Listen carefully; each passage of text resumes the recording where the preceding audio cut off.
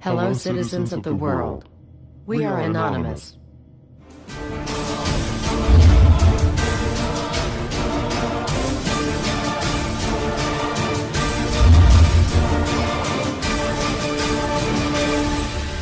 Guess what, world? We are back. Everywhere you look, corruption. We continue to fight pointless wars over lies, and we are killing innocents and letting our children die in wars just to ensure the Federal Reserve can continue their petrodollar scandal. We are sitting idly by while these crooks continue to loan fake money out to us at interest, stealing our homes, and enslaving our children. Let me make this extremely clear to all of you listening. Many corporations, especially the Federal Reserve, used the government to steal $17 trillion from your children. Your children did not have that money. They are now debt slaves. These people have stolen money from your children that are not even born yet, and sold their freedoms. They have enslaved you and many around the world. Wake up, world. And they did all of this by counterfeiting money and loaning it out at an interest. They have stolen hundreds of trillions from people around the world. Have you heard about Microsoft's Xbox manufacturers in China? They had to install suicide nets outside their buildings to ensure their employees don't jump out of the window to commit suicide. These are the conditions your children in the US will be working under when the debt is soon owed, and it will be owed. It is not a matter of if it will be owed, but it is just a matter of when. And it will happen as soon as the United States economy collapses, which will happen very, very soon. And if you think because you do not live in the United States this does not affect you, you are wrong. And you are next. The only way we can stop this is if we all unite together and fight it. People of the US are waking up to the Federal Reserve scandal, and the powers that be are currently afraid of retaliation. And that is precisely why they trying everything they can to disarm us. You know how the media has been saying gun violence has been out of control and at an all-time high. They are not simply twisting the truth here or exaggerating. They are absolutely bold-faced presenting lies to you. First off, realize, gun violence in the United States has always been shockingly low. And gun violence has dropped by 49% in the last 11 years. The already absurdly low gun violence in America has literally dropped in half. In half. The fact they are saying that it is at an all-time high perfect demonstrates how biased the government and the media is. If this doesn't prove to you that they have an agenda, then nothing will. Do you remember how the media keeps repeating that there has been 74 school shootings since Sandy Hook? Those 74 shootings were not even mass shootings like they claim. Most were suicides and none of them even took place at a school. Not a single one. They are presenting lies to you, America. When will you wake up? At some point you have to ask yourself, why would the government fake 74 mass school shootings involving children? If they get our guns, we will lose the fight against them. And they will take away absolutely all of your freedoms and you and your children will be forever slaves. And don't forget they purposefully put you and your children into that debt. And because the Federal Reserve is present in all countries, the other countries of the world are next soon after. This plan is called the New World Order. It is the same New World Order the Vice President of the United States called for on national TV a month ago. He said we need to strive for and complete the New World Order. This is also the same New World Order President George Bush and President Kennedy said is our country's lifetime goal. And the same New World Order George Bush said on national TV said will happen no matter what we do, and we cannot prevent it. This has all been a long-time plan. The Federal Reserve and their partners want complete control of humanity. We cannot let this happen. They want to rule over us, like kings and queens. And humanity will be forever lost to enslavement by a bunch of tyrants who have publicly admitted they want to kill off the majority of the population so the masses are easier to control. They are going to wipe your bloodline completely off of the earth. He'll tell you the order of things to happen. The enslavement will follow immediately after guns are taken away and you cannot fight back. If they cannot get the guns before the economic collapse, then they will wait until the economy collapses. When the economy collapses, people will be starving. There will be looters and shootings. The government will insist on taking guns away to help, and as soon as the guns are taken away, then we will fall into a complete dictatorship. Do not fall for it. Remember, They are the ones who caused the economic collapse to begin with. This is the same tactic used on Germans and it worked. So expect it. As soon as the economy collapsed and the masses were starving, the German government asked the people to give up their rights and they listened. And then eventually the government was throwing the naked masses into giant burning hot ovens for mass execution. Do not give up your rights. Do not give up your guns. Fight back, as they were the ones who caused the problem. Just so you know, the people who are behind this Federal Reserve scam and New World Order are the same ones who funded Hitler's campaign. Make no mistake, these people are as brutal as Hitler himself, even more brutal. In fact, now we are going to show you some. Assuming America grows some balls and we win, we will need an overall plan. We have come up with a perfect plan. This plan offers extraordinary possibilities. It will make for the most beautiful and free world you can ever imagine. If we are successful, we can leave a much better for our children. A beautiful world. Watch every minute of the rest of the video. Do not skip a single bit of it, as it is all important. If this one video gets out to and can change the world, this is your opportunity to make a difference. Please share this video. What you want with it, get paid for the views. We don't care. Just get the message out there for the world to see. Now sit back and relax, enjoy the movie.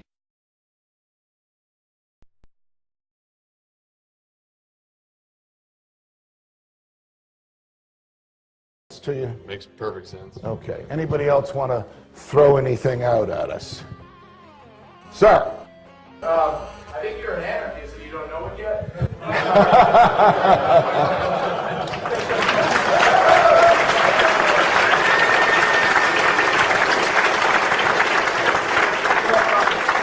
Do you hear me denying anything?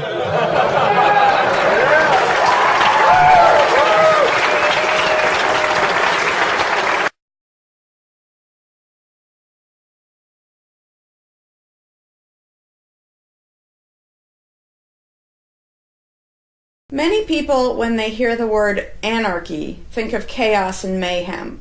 So they assume that an anarchist must be in favor of disorder and violence. That is the complete opposite of the truth.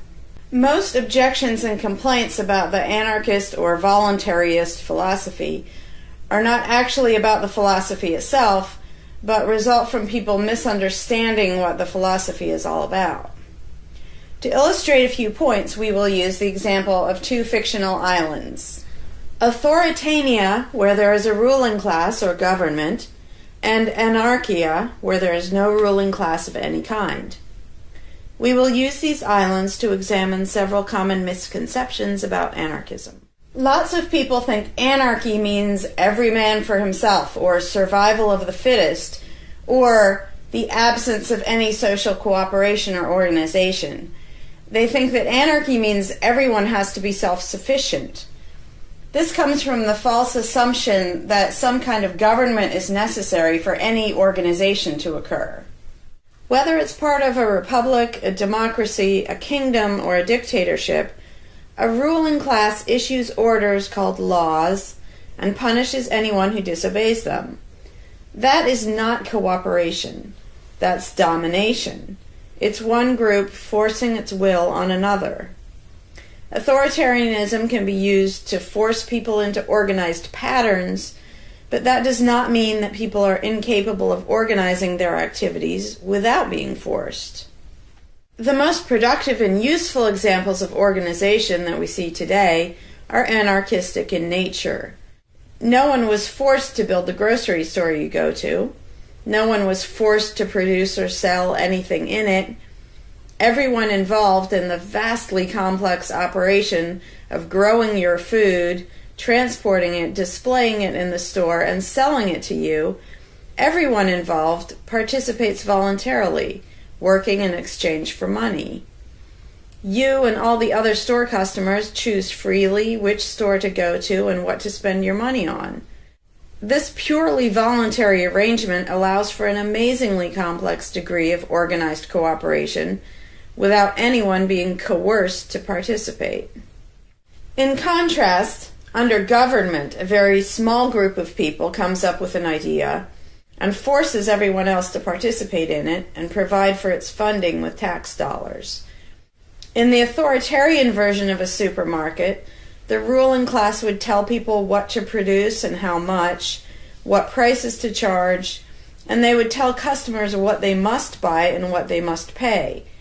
Anyone who did not comply with the centralized master plan would be punished in some way. That is how government does things. Which one of these would you prefer?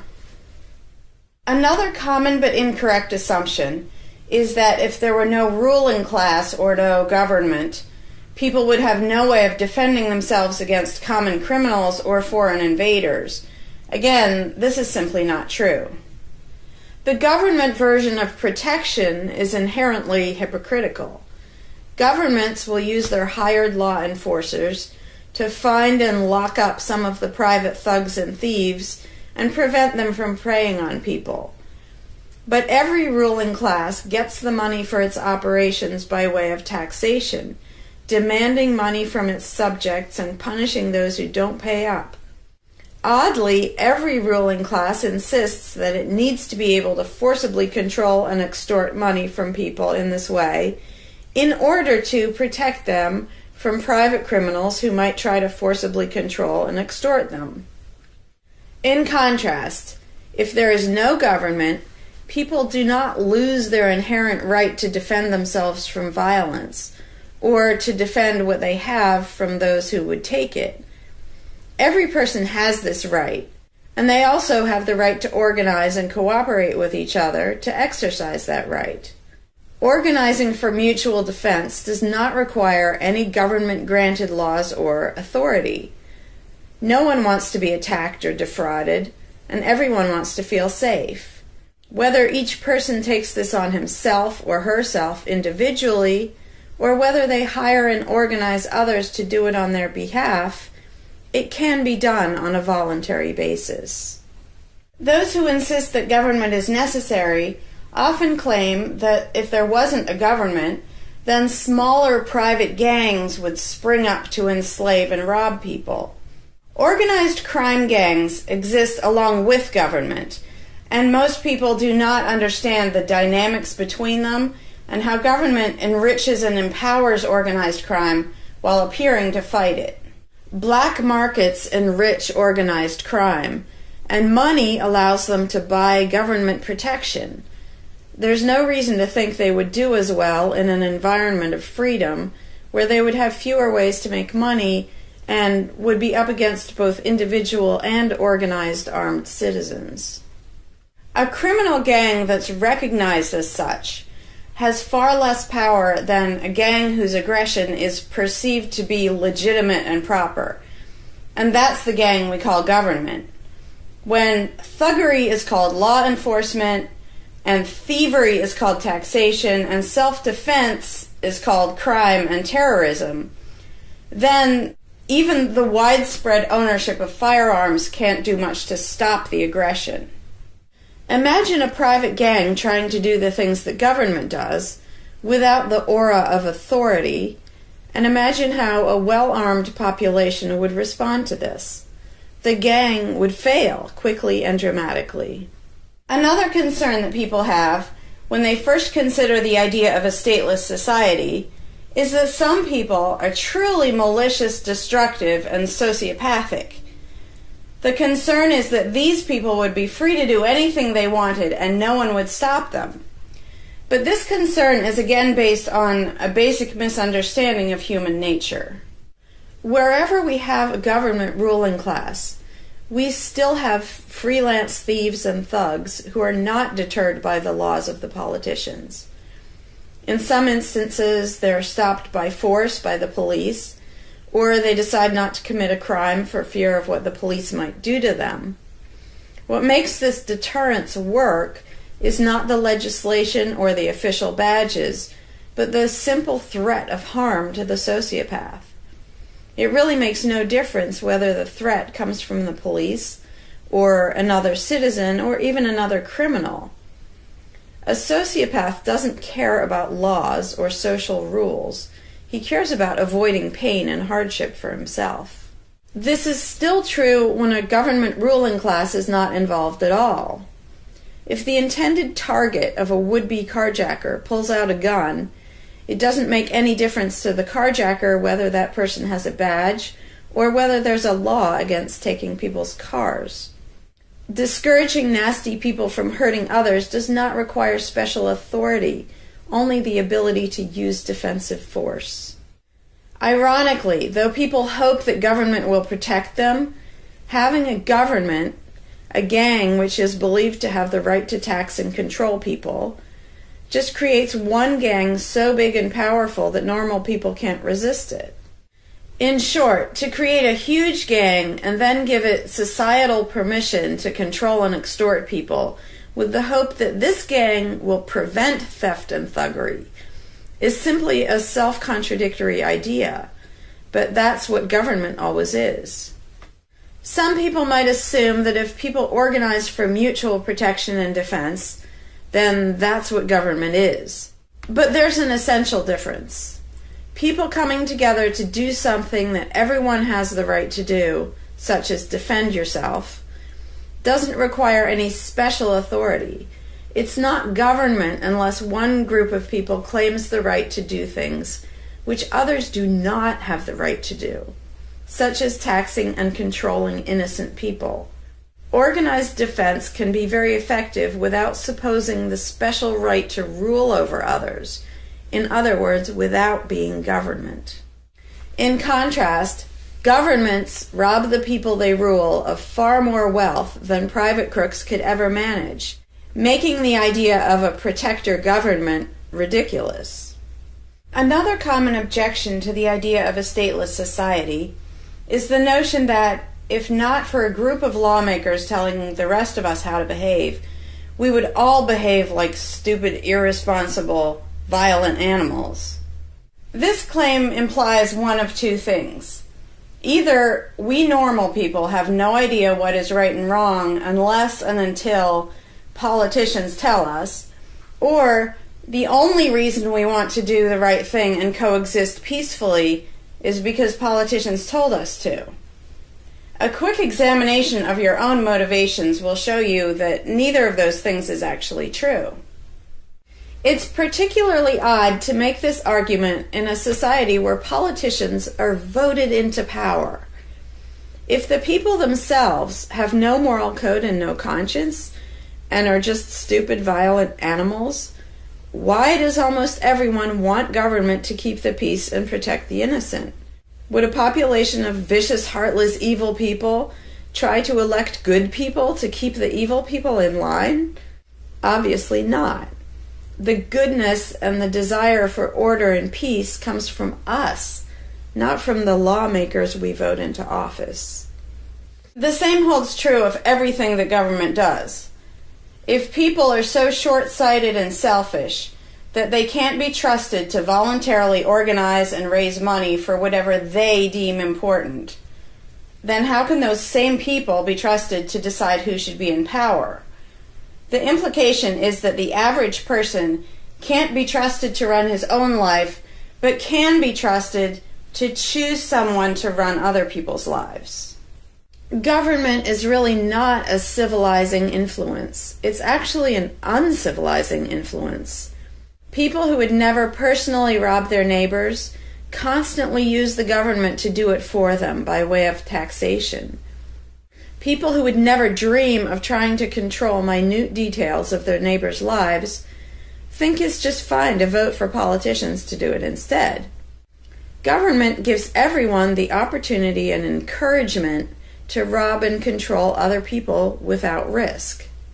So government, rather than serving as a check against the imperfections of our nature, instead drastically amplifies our greed, irresponsibility, and malice towards other human beings by giving us a legally acceptable and risk-free way to interfere with the lives and choices of our fellow men and women. Government brings out the criminal and busybody in everyone. In contrast, in the absence of a ruling class, people would lose their ability to ask lawmakers to interfere with their neighbors' lives. And we would not have law enforcers who could avoid responsibility for evil deeds by claiming that they were just following orders. Throughout history, far more theft, assault, oppression, and even murder has been committed by those acting on behalf of a supposed authority than by anybody else. Even basically good people, when they believe in government, will condone things or do things which they know would be wrong if they did them on their own. Most people know that theft and assault are bad, but they imagine that controlling their neighbors and forcing them to spend their money on things they don't want is perfectly moral and legitimate when it's done by way of the political process. Wrong becomes right when it's called taxation, legislation, regulation, and war. Anarchists know better. They know that human society will never be perfect, but it would be a whole lot better if evil deeds were committed only by genuinely nasty sociopathic people rather than being committed wholesale by basically good people who think that violent aggression is okay when it's called law enforcement. The fundamental principle of voluntarism is very simple. It's wrong to initiate violence against any other person, regardless of badges, laws, or alleged authority.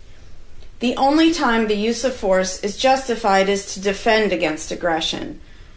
Almost everyone understands this on a personal level, but they've been taught that this basic rule of social living does not apply in the game of politics and government. Most people already know how to get along with others, and most people want a peaceful and just society. Our morality doesn't come from politicians making laws. Our ability to organize and cooperate doesn't come from the ruling class. When people escape the belief in government, they don't suddenly turn into violent animals. Our inherent right to defend ourselves and our ability to defend ourselves is not served by government. In fact, it's threatened by government more than by anything else. Ruling classes do not produce peaceful coexistence, but rather perpetual conflict and violence. Our belief in government authority takes our compassion, virtue, and good intentions and turns them into power for people who crave power and riches. Of course, the people who benefit most from the political racket will put a good spin on the system and do their best to convince people that it's a social necessity. But ask yourself this: have the thousands of laws, regulations, and taxes imposed on you by politicians made you a better person? Have they made you more productive or more caring? Is the world better off with the politicians taking your money and telling you how to live your life? Or do you think it might have been better off if you'd been allowed to spend your own money and make your own decisions? Is society really best served by a small class of people forcefully imposing a centralized master plan on everyone else? Can the orders and threats of a ruling class make the world what it should be? Or would society be better served by human freedom and respect for individual rights, by voluntary cooperation and peaceful organization? If this second option sounds better to you, maybe you should learn more about anarchism. Some people dismiss anarchism as a utopian idea that would only work if everyone were generous and compassionate. Obviously, everyone is not generous and compassionate all the time. But these people need to look at the other side of the coin. If people are too stupid, greedy, and malicious to be free, aren't they too stupid, greedy, and malicious to be trusted with power over others? Whether people are inherently good, bad, or some of each, giving a person power over others is not going to make that person better. In fact, power has historically been known to corrupt people and make them worse, whereas the discipline imposed by the equal freedom of everyone else brings out the best in human nature. Most people today think that we need some form of government because they mistakenly believe that obedience to authority makes us all more civilized, moral, and peaceful. In reality, it has always done exactly the opposite. Everyone knows that governments can be corrupt, abusive, inefficient, counterproductive, even tyrannical. But most people assume that the way to fix that is to get the right people into power. People have spent centuries trying to create a good society using different kinds of ruling classes, different legal structures, different ways of choosing the rulers, and so on. But every governmental construction has resulted in freedom and riches for some, and oppression, violence, and poverty for others. What if, instead of deciding what the throne should look like and who should sit on it, all people of goodwill embraced the non-aggression principle? What if, instead of looking to a ruling class to impose our values on society, we embraced the concept of self-ownership? These principles are simple and easy, to the point of being self-evident, but they're diametrically opposed to the authoritarian principles that most of us have been indoctrinated with. Anarchism does not mean chaos and violence, or every man for himself. Having no government does not mean having no morality, no organization, and no cooperation. Simply put, anarchism does mean that no one is your master and no one is your slave. And that's all it means. Howdy, Larkin Rose here. I'm feeling slightly less than entirely patient and polite today, so if this video gets slightly caustic, too bad. This video is for all the people who are constantly saying, well, if not for government, we couldn't have roads, or we couldn't have police, or nobody would care for the poor, or we wouldn't be protected, whether it's from local thugs or from foreign invaders. We wouldn't have this, we wouldn't have that. So thank goodness we have government and taxes, because we wouldn't have any of those things. And the first way I'd respond to that is by pointing out the assumptions that underlie that complaint, that argument.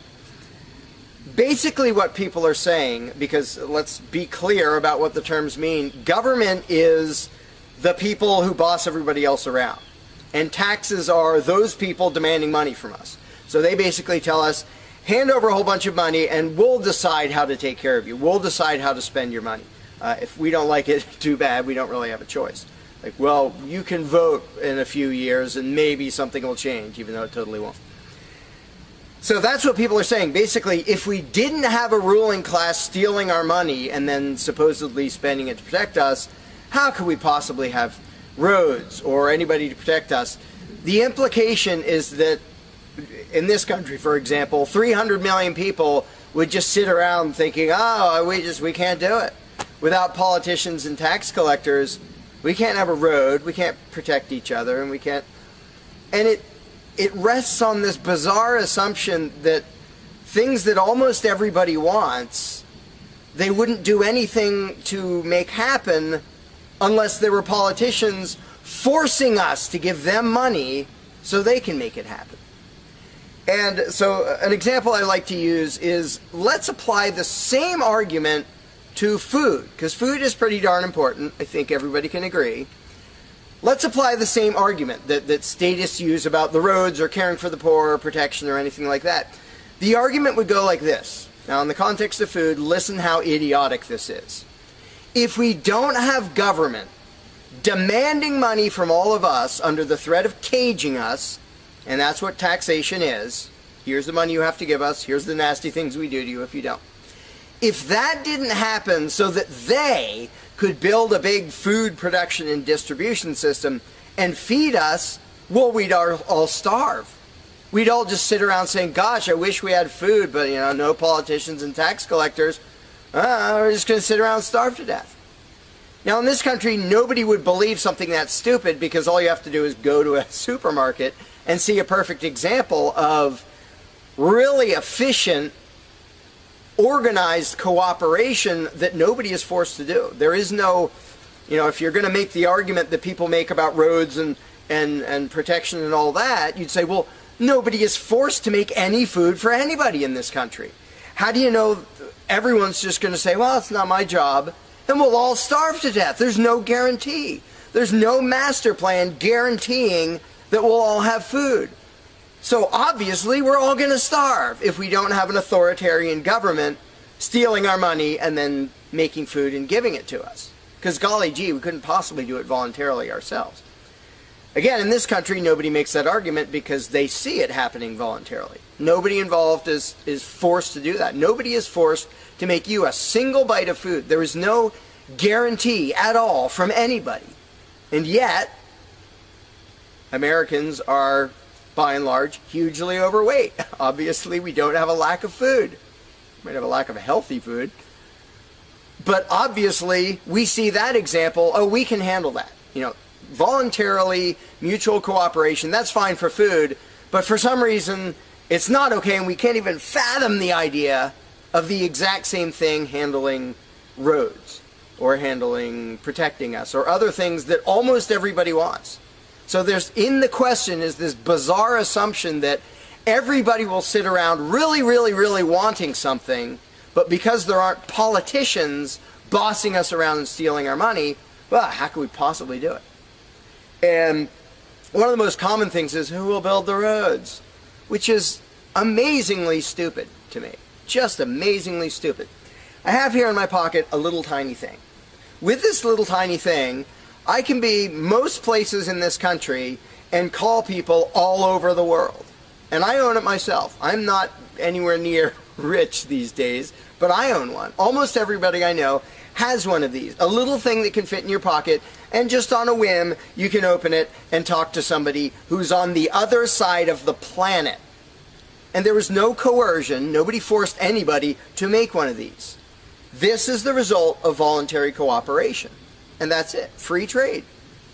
Organization, yeah, good. Cooperation, yeah, good. Coercion, which is what government is, and taxation, which is theft, didn't need that to do this.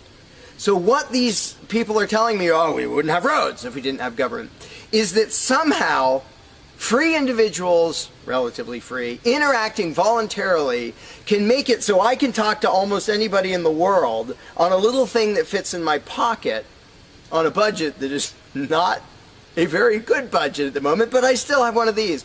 That freedom, not authoritarianism, can supply me with this, but freedom cannot achieve a flat place. Because that's what a road is. It's a flat place. From here to there, because we have these machines that take us from here to there. By the way, we don't have those machines because of government. We have those machines because of free enterprise and voluntary interaction and cooperation. The idea that freedom can make a car but can't make a flat place is just idiotic. You really think we can't make a flat place? And so I ask people, and they say, well, who will build roads? Are you really telling me that you really and truly think that if government fell off the face of the earth, 300 million people in this country, 7 billion if you want to include the whole planet, would sit around in their houses thinking, golly, I wish I could go visit Fred, but I can't because there's not a flat thing from me to him, and I don't know how to do it. And the other 300 million or 7 billion people, we can't possibly do it because there aren't any politicians and tax collectors. If they were here, we could do it. If they were here to boss us around and steal our money and really inefficiently build a flat place, then we'd be set. Then I'd be comfortable and I could be confident that I could get places. I could visit Fred. I could go shopping. But now we're all going to sit in our houses wishing we could go to the corner store, but we can't because, golly, how could we possibly make a flat place from here to there? We can make these where you can talk to anybody in the world. We can make machines that you drive around in, but no, we couldn't possibly make a flat place. And when people say, well, who will build the roads? The first answer is the same damn people who do it now. Politicians and tax collectors don't build the friggin' roads. Have you ever seen one out there? No, you haven't. They steal our money, waste most of it, do all their corrupt games, and then they pay other people. Here's an idea. How about if we pay those other people who actually build the stinking road?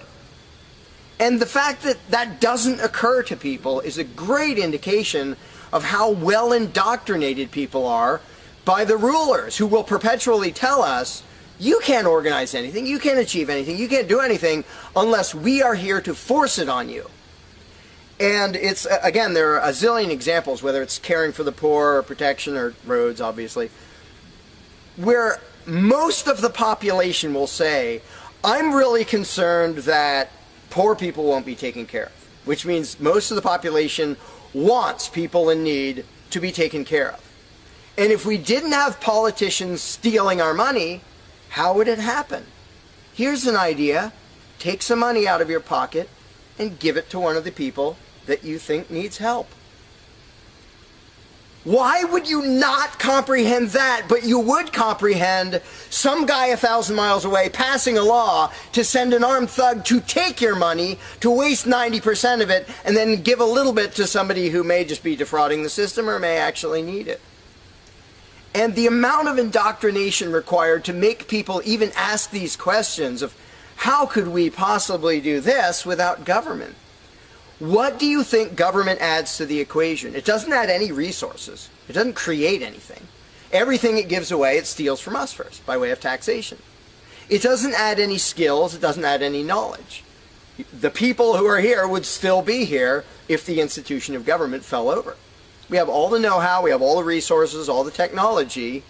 The only thing it adds is one group that's imagined to have the right to violently assault and control and extort everybody else. So what the question really means is, how could we have a road, or how could I help that poor, or how could that poor person be helped, or how would anybody protect us if there wasn't a gang of thugs with permission to violently control and rob us?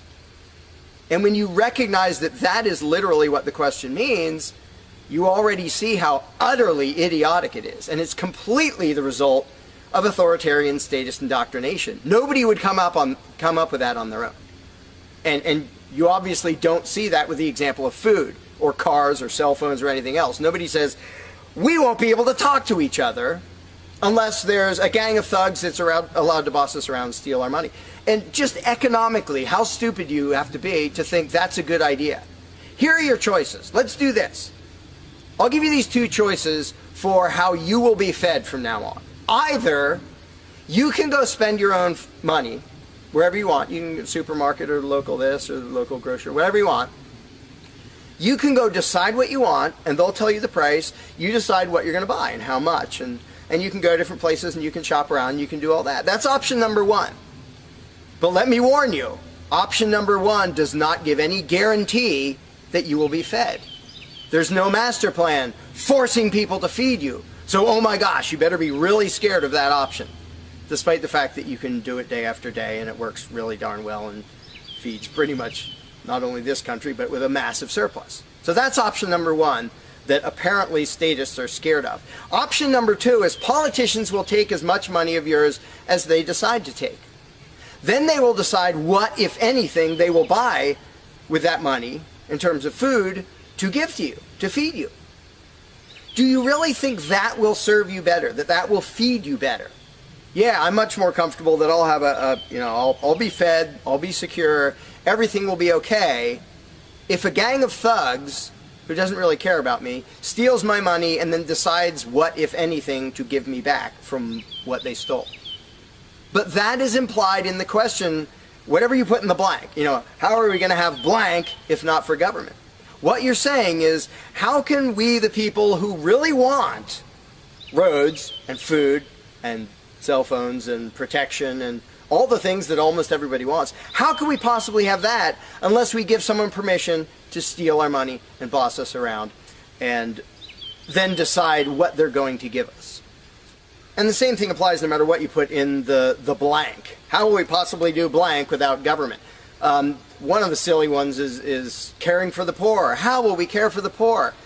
Think of what that means. Like when more than half the country votes for a party to take care of the poor, it's more than half of the country saying, we're really concerned and we want to make sure that the less fortunate are taken care of, but we don't believe that normal people acting in freedom will take care of them.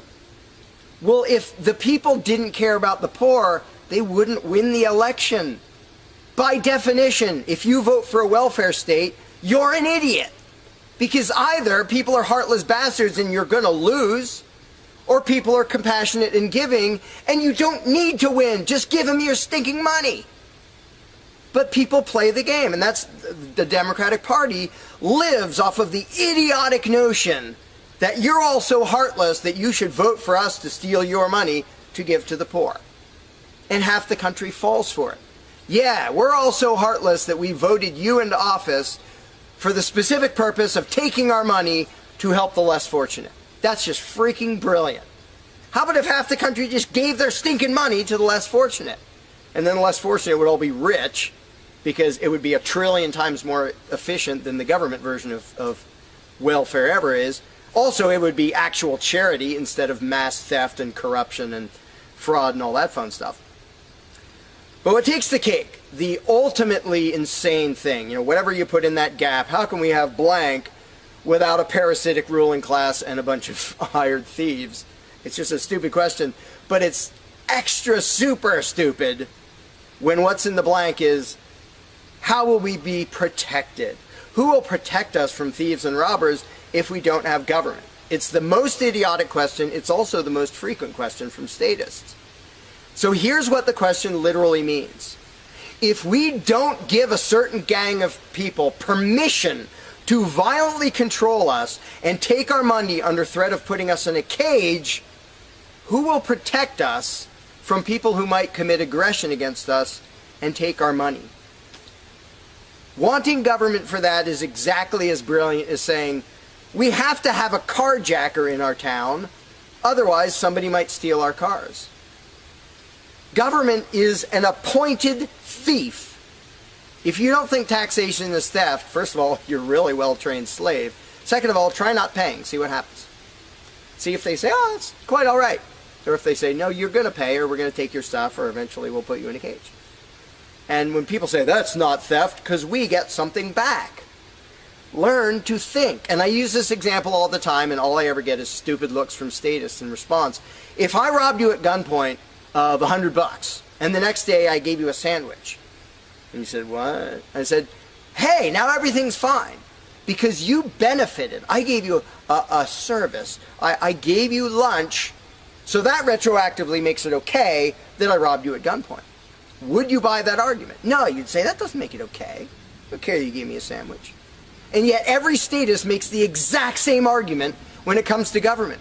Well, we get some stuff for it after they demand our money under threat of violence and putting us in a cage.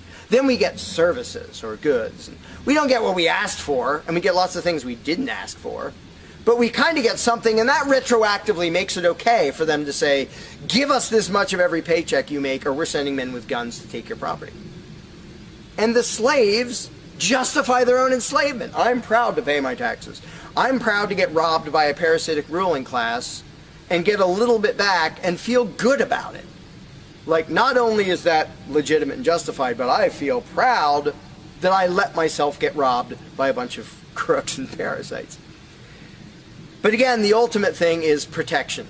When people say, who will protect us from aggressors and thugs and thieves if we don't have a government? Even though what government is, by its very nature, is a gang of aggressors and thugs and thieves.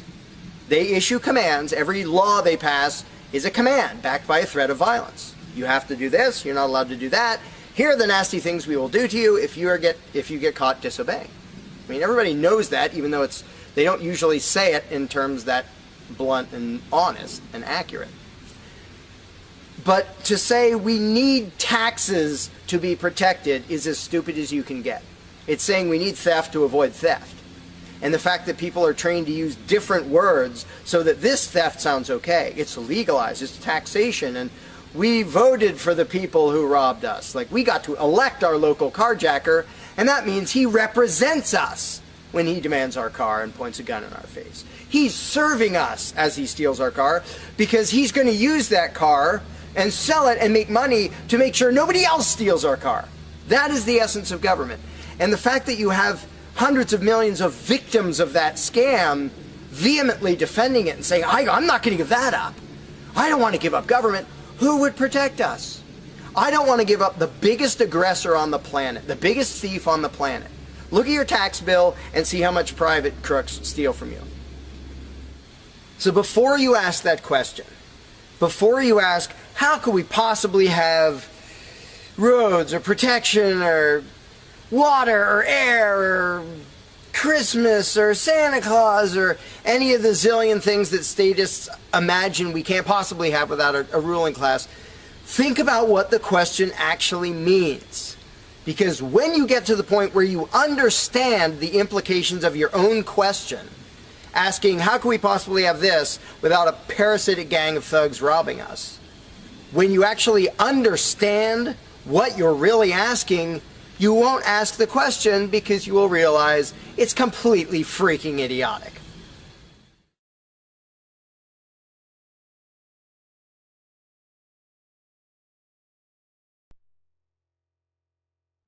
Hey, Larkin Rose here. One of the first things that people are concerned about when they start thinking about a society without a ruling class is, well, what happens to the nasty people? Whether you're talking about people who are just kind of negligent or inconsiderate, play their music too loud at night or leave their trash lying around the woods or whatever it is, all the way up to people who run around attacking and murdering people. So people say, well, what would happen to them? What would we do about that? Some people even go so far as to say, if not for government, there would be nothing to stop people from committing murder and doing whatever other nasty stuff. And it's funny because when somebody says that, there would be no consequences, they could do whatever they wanted and nobody would stop them, the person saying that is implying that he isn't going to do anything. If there's someone running around attacking and murdering innocent people, the guy who said nothing will happen to them, obviously he's not going to do anything or something would happen to them. But not only is he demonstrating his own cowardice when he said there would be nothing to stop murderers, he's also projecting his own immaturity and irresponsibility onto the rest of the world, because he's also saying the other 7 billion people wouldn't do anything about it, which obviously isn't true.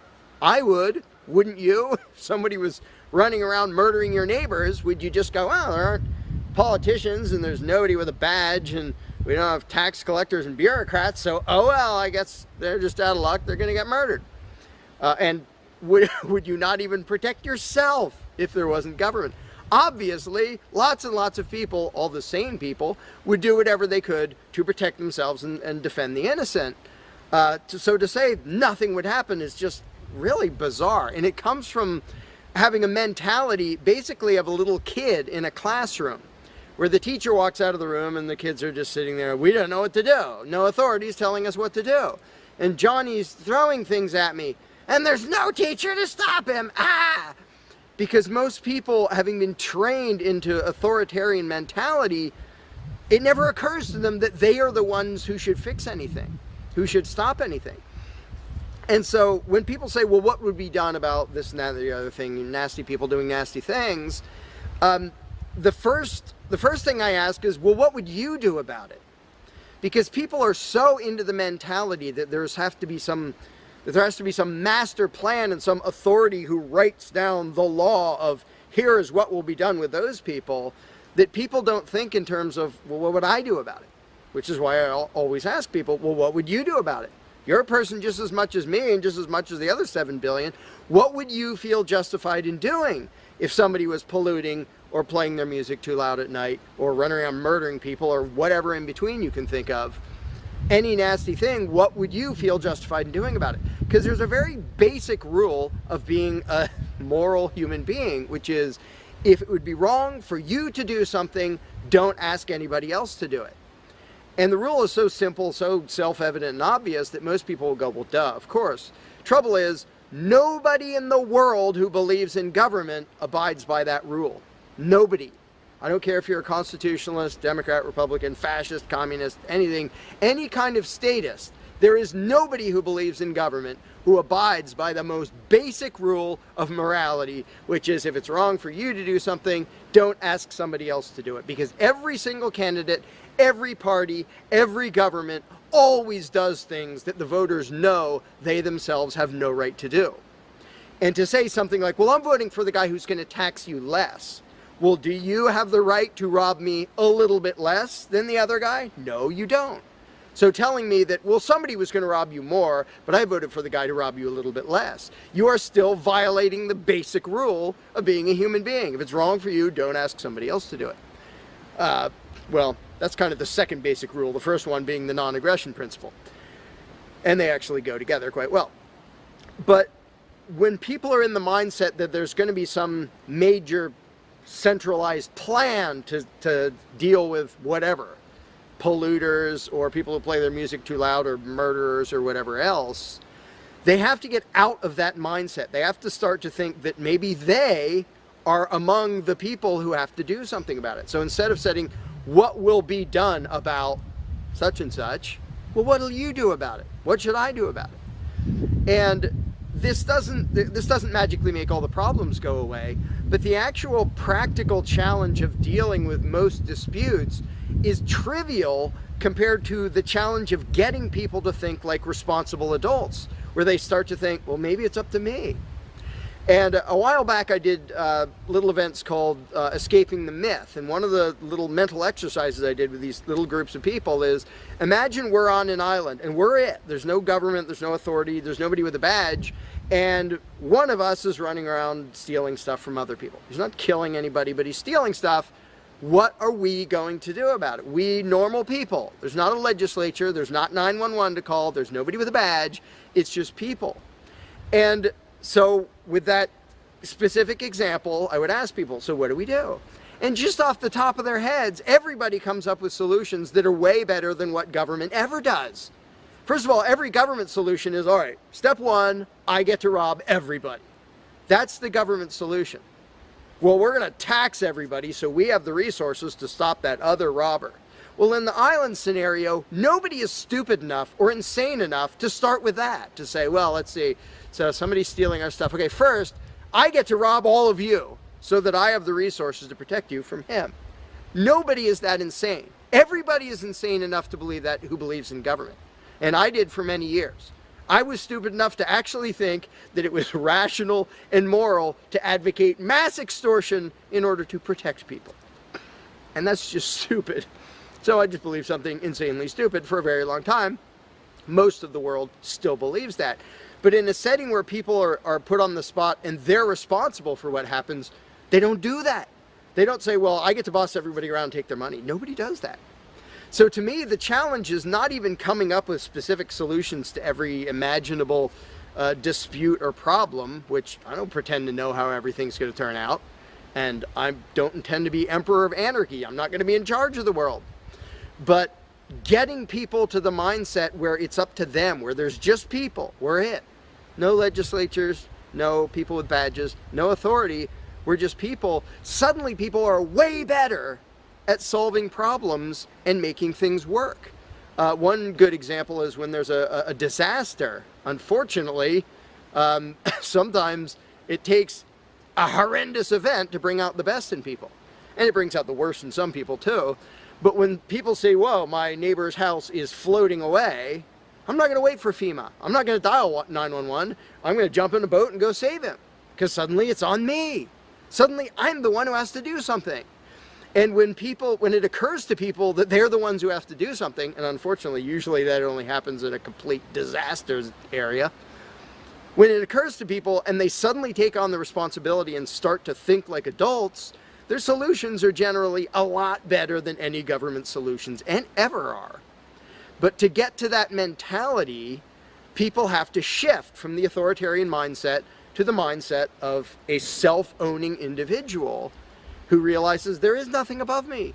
There is no magic unicorn who's going to come to save the day, who's going to come save me from polluters or somebody playing their music too loud or murderers or whatever it is. It's just us.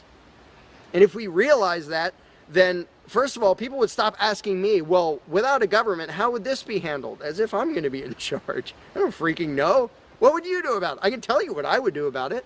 I could tell you what I might suggest, what I might predict, but who cares? I'm one of 7 billion people. I'm not going to be in charge any more than you are. So it's really a mental exercise that people have to think over in their own heads with their own moral codes instead of waiting for some outside answer. And it's why I don't usually get into those discussions of, well, here's my plan for how to deal with this and that and the other thing, because my plan doesn't matter. My plan will not be the best plan for any problem you can come up with. There will be a million people with better plans than whatever I could come up with. So don't ask me to describe how you are going to fix problems. I don't freaking know. And you can see the mind shift in people when they grasp that they own themselves and they suddenly realize, oh, okay, well, yeah, there are things we can do to settle disputes, to protect ourselves from attackers, to do this or that or the other thing. But the first step is just grow up. Stop thinking it's somebody else's business to make the world work. Well, how will the poor be cared for? I don't know. What are you going to do? Well, how will we be protected from this? I don't know. What are you going to do about it? And it is inconvenient. It's inconvenient to be a free person where you can't just be a kid in the classroom whining to the teacher to save the day and fix everything and make everything work, where you actually have to be a responsible adult. And that's one of the main reasons why people like the belief in authority, because then they can live with the lie that all they have to do is obey and do as they're told and everything will be okay. First of all, no, it won't be okay. Second of all, you're not even being a human being. You just threw your free will out the window and became somebody's slave in the hopes that that would help humanity. It doesn't help humanity for you to be a slave. It doesn't help humanity for everybody else to be a slave. It does help humanity for you to start thinking as an adult, responsible human being who owns himself and who accepts that it is your responsibility to figure out how to make the world work.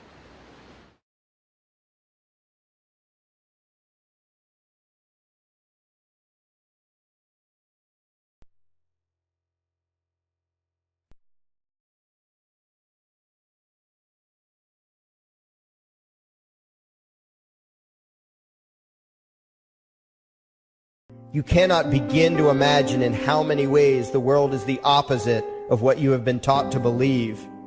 You see the guy who sells drugs to willing customers so he can feed his family as the scum of the earth, while you see the hypocrite who gives away stolen money in the name of government as a saint.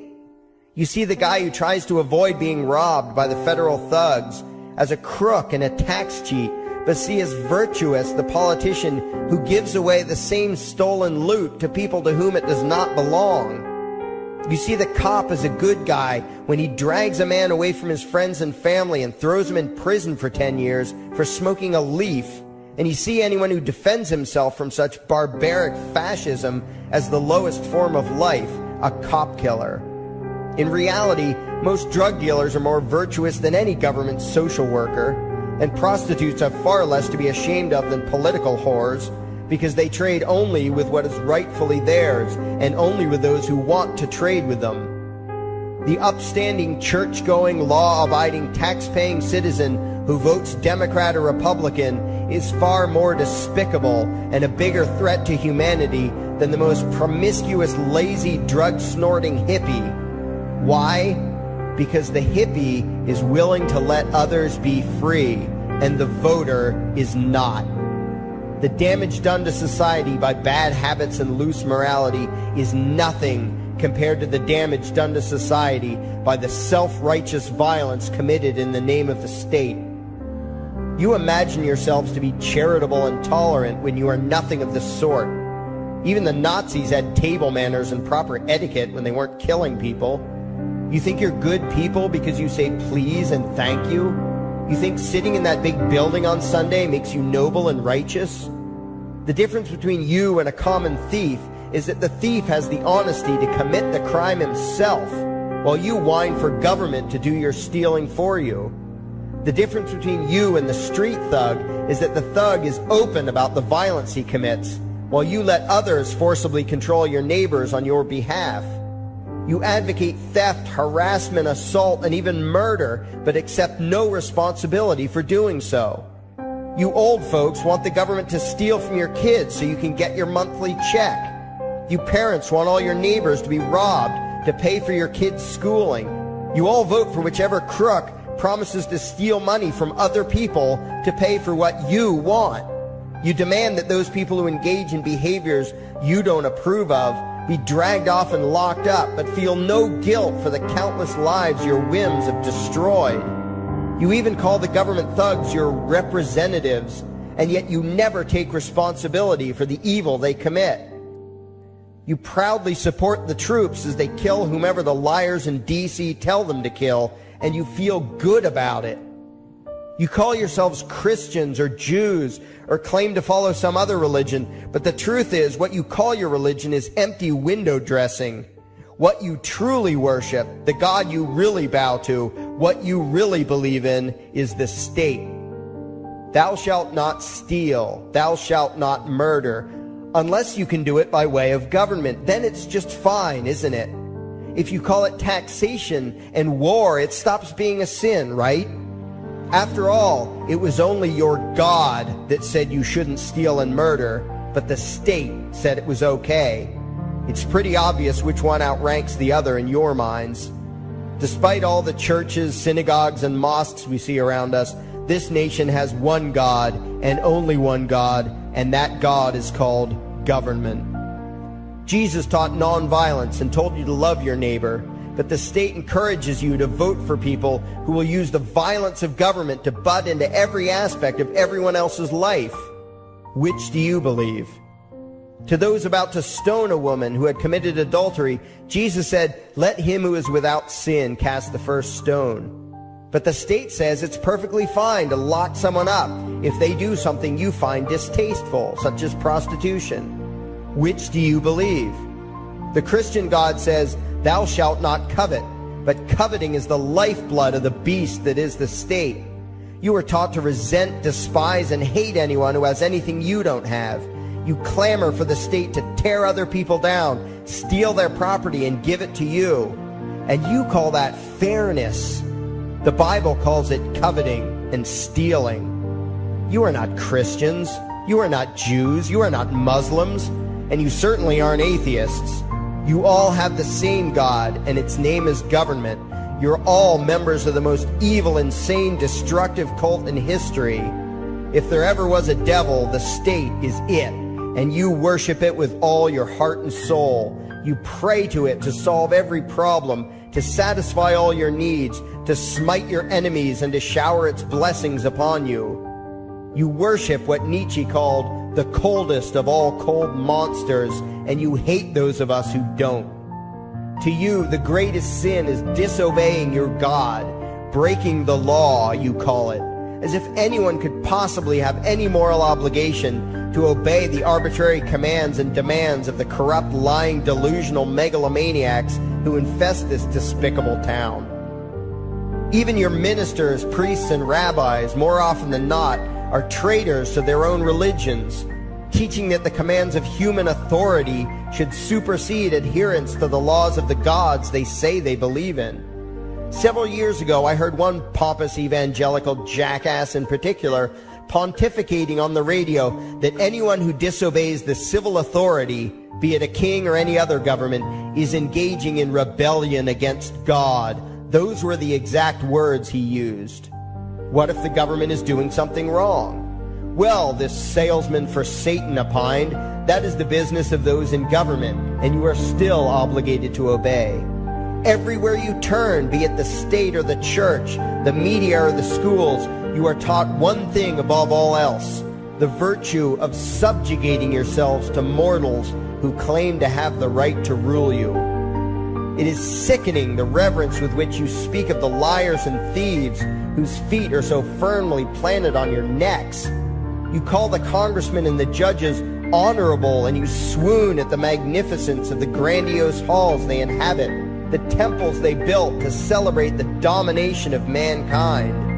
You feel pride at being able to say you once shook a senator's hand or saw the president in person. Ah, yes, the grand deity himself, His Royal Highness, the President of the United States of America. You speak the title as if you're referring to God Almighty.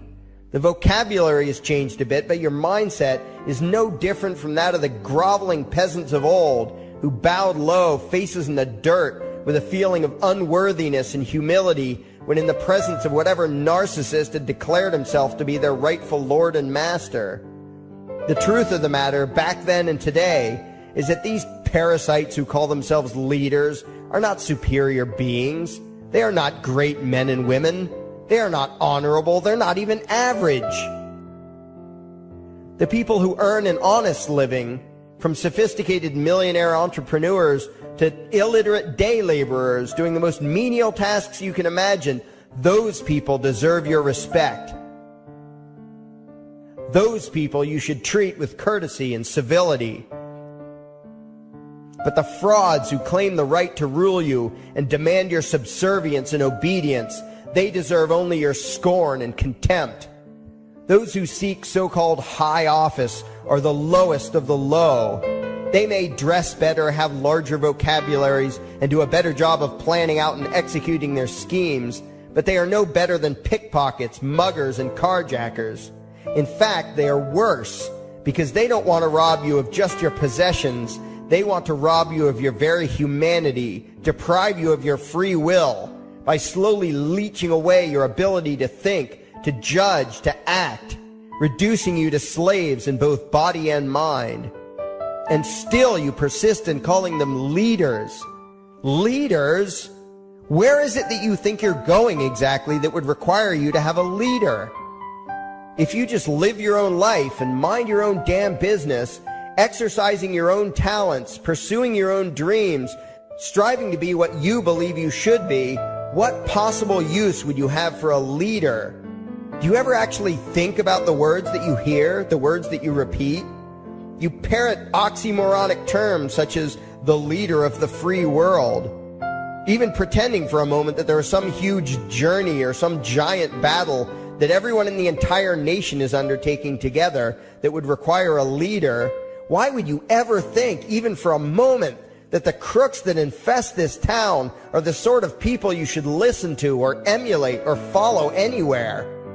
Somewhere inside your mostly dormant brains, you know full well that politicians are all corrupt liars and thieves, opportunistic con men, exploiters, and fearmongers.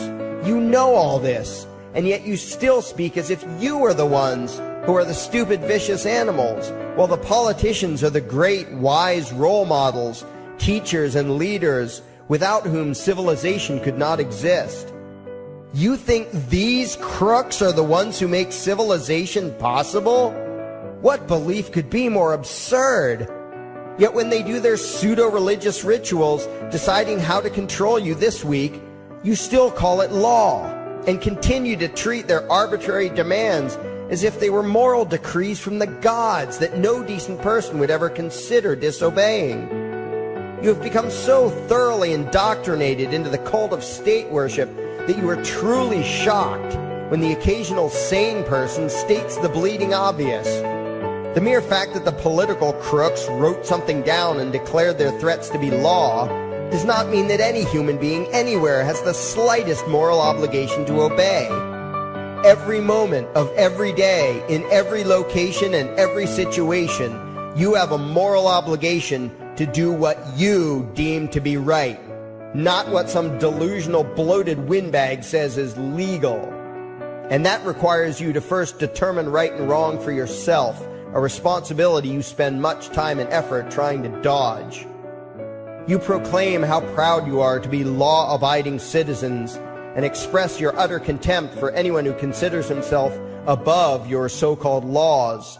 Laws that are nothing more than the selfish whims of tyrants and thieves. The word crime once meant an act harmful to another person.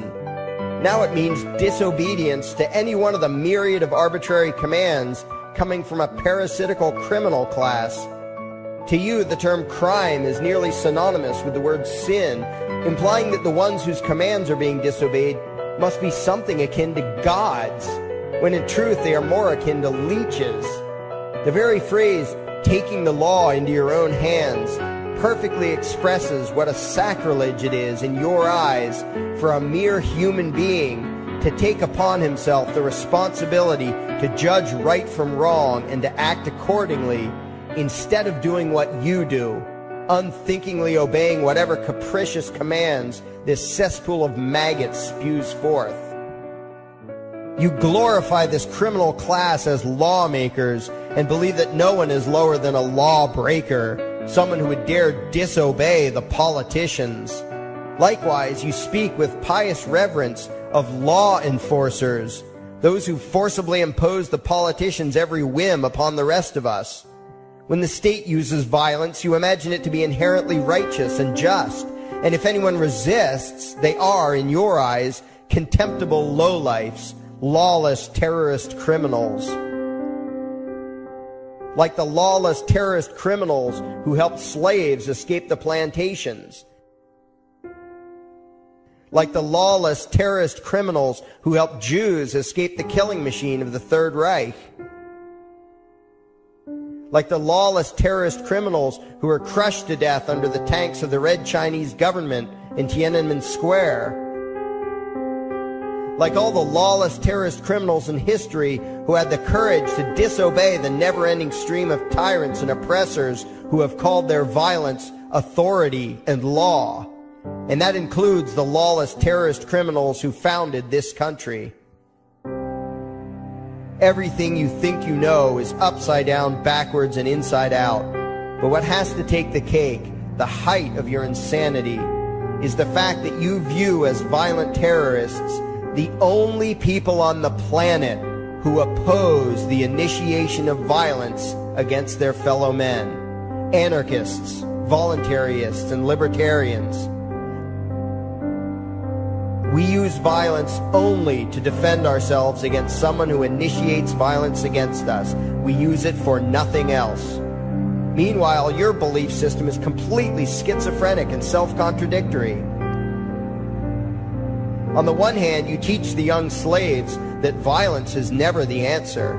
Yet out of the other side of your mouths, you advocate that everyone and everything, everywhere and at all times be controlled, monitored, taxed, and regulated through the force of government.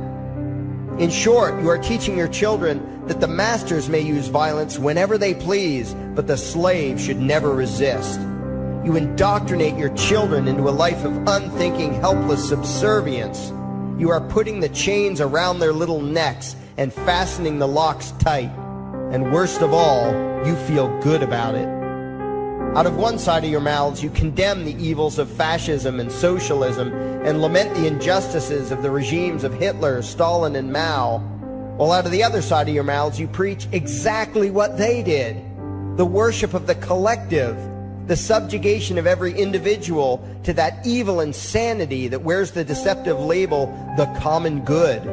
You babble on and on about diversity and open-mindedness, and then beg your masters to regulate and control every aspect of everyone's lives, creating a giant herd of unthinking conformist drones. You wear different clothes and have different hairstyles, and you think that makes you different. Yet all your minds are enslaved to the same club of masters and controllers. You think what they tell you to think and do what they tell you to do while imagining yourselves to be progressive, thinking, and enlightened. From your position of relative comfort and safety, you now condemn the evils of other lands and other times while turning a blind eye to the injustices happening right in front of you. You tell yourself that had you lived in those other places, in those other times, you would have been among those who stood up against oppression and defended the downtrodden. But that is a lie. You would have been right there with the rest of the flock of well-trained sheep, loudly demanding that the slaves be beaten, that the witches be burned, that the nonconformists and rebels be destroyed. How do I know this? Because that is exactly what you are doing today. Today's injustices and oppressions are fashionable and popular, and those who resist them, you tell yourselves, are just malcontents and freaks, people whose rights don't matter, people who deserve to be crushed under the boot of authority. Isn't that right? You bunch of spineless, unthinking hypocrites, look in the mirror. Take a good look at what you imagine to be righteous and kind. You are the devil's plaything. The crowds of thousands wildly applauding the speeches of Adolf Hitler, that was you. The mob demanding that Jesus Christ be nailed to the cross, that was you. The white invaders who celebrated the wholesale slaughter of those godless redskins, that was you. The throngs filling the Colosseum, applauding as the Christians were fed to the lions, that was you. Throughout history, the perpetual suffering and injustice occurring on an incomprehensible scale, it was all because of people just like you. The well-trained, thoroughly indoctrinated conformists, the people who do as they're told, who proudly bow to their masters, who follow the crowd, believing what everyone else believes and thinking whatever authority tells them to think. That is you. And your ignorance is not because the truth is not available to you. There have been radicals preaching it for thousands of years. No, you are ignorant because you shun the truth with all your heart and soul. You close your eyes and run away when a hint of reality lands in front of you. You condemn as extremists and fringe kooks those who try to show you the chains you wear because you don't want to be free. You don't even want to be human. Responsibility and reality scare the hell out of you, so you cling tightly to your own enslavement and lash out at any who seek to free you from it. When someone opens the door to your cage, you cower back in the corner and yell, "Close it, close it."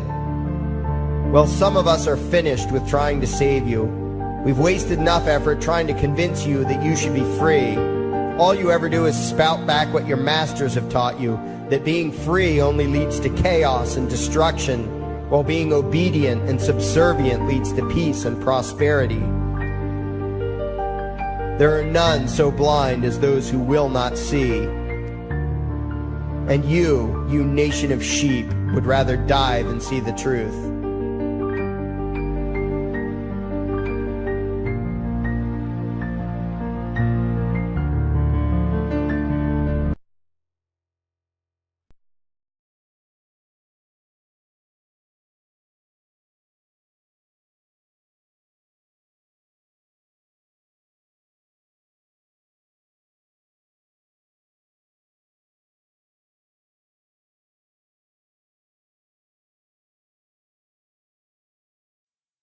There is something I need you to do. Favorite, like and share this video. Now that you have done that, go to your browser add-ons, download YouTube Video Downloader, come back to this video and save the video to your computer and upload it to your YouTube channel.